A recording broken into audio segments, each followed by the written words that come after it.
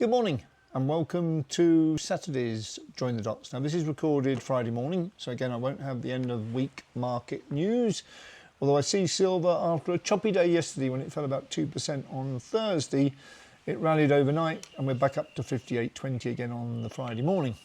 So all's good, don't worry about the volatility, it's just the normal market function. All right, now yesterday I left you with an amazing piece by Glenn Beck. And it had so much in it, and I really do hope that you've taken advantage of watching that into it. It's only 10 minutes. It's only 10 minutes, okay? The key takeaway for me was the fact that he revealed that every major economy is in the same mess at the same time. And therefore you have two conclusions. One, everyone sits around a table and agrees a new system. Two, they have a world war and a system derives from the chaos. But the thing that really got me, and because I've said it so many times, it's ever so frustrating. It's frustrating when you know the truth, but people can't see it, and they won't see it because they're not told it. And that was the local government investment vehicle debt in China, which I've seen at 17 trillion since the end of last year. And I even admitted it at the beginning of this year when the People's Bank of China swapped 1.2 trillion, when everyone thought it was going to go into the economy and create fantastic growth. They didn't. They quietly swapped it with local government investment vehicles who had no choice. They were going to go bust. And that was 17 trillion. That's as much as China's GDP, which is just above 17 trillion. Officially, probably about 14, 15. In reality, there's no truth out of Chinese data. None. Zero, zilch. Unless it's bad news. And then it might be a little bit true. All right, so why am I going on about this local government investment vehicle debt? Because I've got a fantastic piece for you today from China Update, from Tony. Okay, even I can't believe this, he says. Tony is a China fan. Even I can't believe this. Said it, and I've said it for years, that the true debt was 17 trillion. All right. So what has happened in China? Well, the local government investment vehicles have got no way out of this, okay? They spent a fortune on vanity projects to please the centre or to please their own egos or whatever, but they're not there for the people. They look good, fast trains to nowhere, bridges over massive gorges that then collapse. They look good, but they're not. They're false. Rather like the Saudi Neon project. Sounded fantastic. Now, hole in the ground. So many trillion later. So what have we got with this swap? Or rather with the local government investment vehicles? This is massive. This is massive because this could cause social unrest across China. Okay.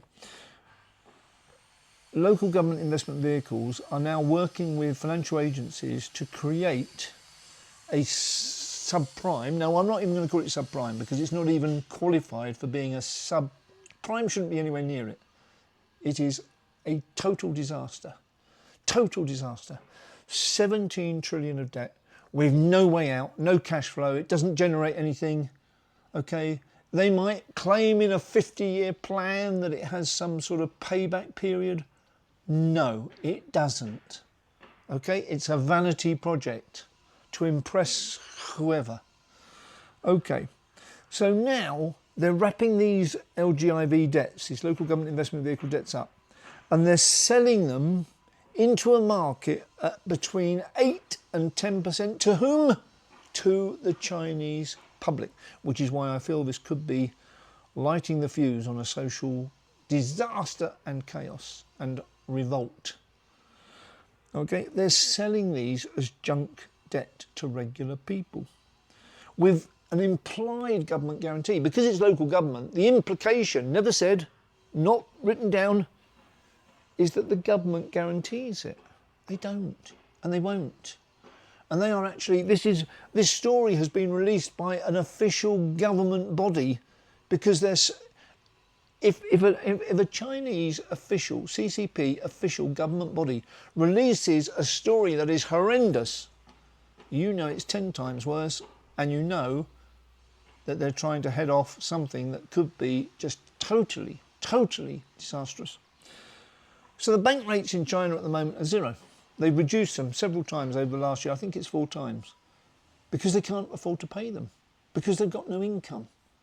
And they can't afford to pay deposit money because they've got no income. Because all the banks can do now, with no lending to the economy really being functional, because you've got no exports, or rather you've got reducing exports. You've got no property market. You've got a falling consumption. You've got deflation across the economy. Okay, so the banks haven't got any income. So what are the banks doing? They're just buying the Chinese bonds at 1.6 for a 10-year and just over 2 for a 30-year. That's all they can do. And that crowds out the economy if the economy needed the money, but it doesn't because it hasn't got anything to borrow for. Where's the growth? Exports are falling. Do not believe the press. They are all in some way captured or influenced or persuaded to basically lie, because it's not the truth coming out on the numbers. So what's happened here? Bank rates are nil. So what choice does the public have? You imagine yourself as a member of the Chinese public. Okay, you've got a second property that's now got no tenant, not got no income. It's got a mortgage, and that mortgage might be at 6-7%.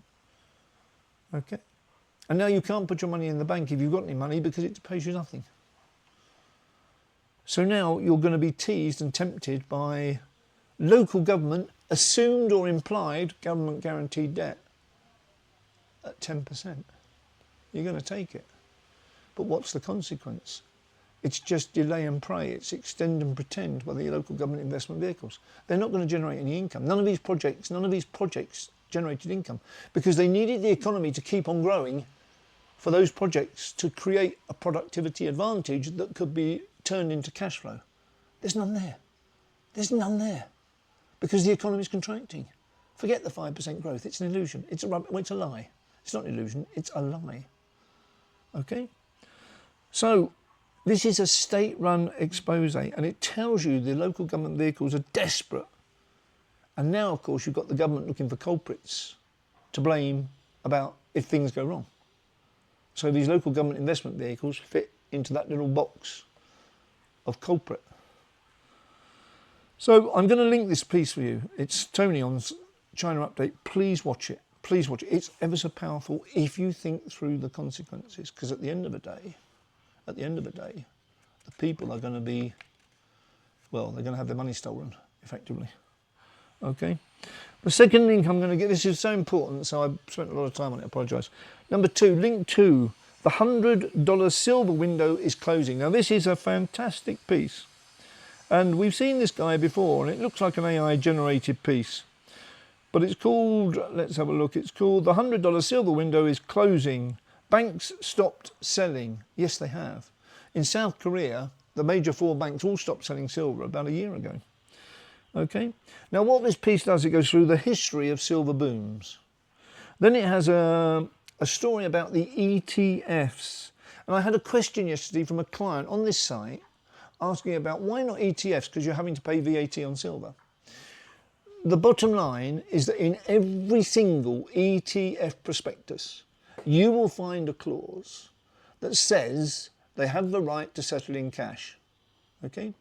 So if silver is going to expand in price massively, as we all expect now, then when they cannot source the silver, they will simply close the fund and pay you what you're entitled to at that time. They cannot carry on raising the fund price because they can't get the silver to back it, because there won't be any. So from my point of view, I don't see ETFs, but it's your choice. You always have to make your choice. It's your responsibility. You should read the prospectus, but I'm trying to give you a bit more information because it's very difficult to read these 40-page documents, and that's deliberately so. Okay? So be careful, because I don't think the ETF is the right way to play a boom. Normal times, yes, I agree, it will reflect the underlying price movements. But in a boom, you can get caught out because it can't source the silver, so it just has to freeze. And then it pays out on the silver value that it had at that time, and you've missed the next leg of the silver advance. That's how I see it. That's how I see it. Okay? So that's silver ETFs. Cooling. This piece now talks about this cooling failure at the COMEX. What utter garbage, lies, propaganda. It's as bad as anything I saw through COVID. It really is. The COMEX has military grade infrastructure with backup 2, backup 3 and backup 4. Okay? It handles trillions of dollars daily. It cannot afford to have a cooling failure. So it did. So you know it's a lie. You know it's a lie. Okay. Now this piece is an hour long. No, sorry, this piece is not an hour long. That's another piece, but I'll come on to that tomorrow. Okay. So this piece talks about pattern recognition, and it shows you all the patterns that it's recognizing until you get to stage 4. And then at stage 4, you've got the explosion. And that mirrors Glenn Beck yesterday. What did he say? You got stage 1, 2, 3, and then 4. Here we have the same thing in a boom, in a metal boom. You have a stage 1, 2, 3, 4. I'm going to link this piece. You should watch it. It's not an hour long. That's another piece I've got for tomorrow, because Anne's already told me I've done 10 minutes, and Craig gave me a yellow card yesterday for another 15-minute episode. He can't handle it at the moment, so I'm going to close here. I hope I've given you a lot of information. The local government investment vehicles in China is absolutely critical for you to understand, because it's 100% GDP debt, which is unrepayable, and that is China's Achilles heel, and no one is talking about it. But what Glenn Beck exposed yesterday in yesterday's show, okay, was that all the would-be empires are at the same stage, and no one has the strength to carry on. They either agree something which doesn't look likely given the way the world is today, or they fight over it, and that's the saddest result, but that's true. Okay, so only 2 links today. I will come back tomorrow on another piece that someone in my comments recommended on Don Durrett of triangleinvestor.com. Very good piece, and I think I've got a different angle on the end. So we'll come to that tomorrow. And again, thank you very much for all those people who donated on Stripe. It's in the description below. If you feel I'm making a difference to your life, or I can help you in any way at all, remember, it's not advice, it's information, it's education, it's to help you make a better decision. Okay? But thank you very much indeed for watching, and I'll be back tomorrow with another incredible episode of Join the Dots.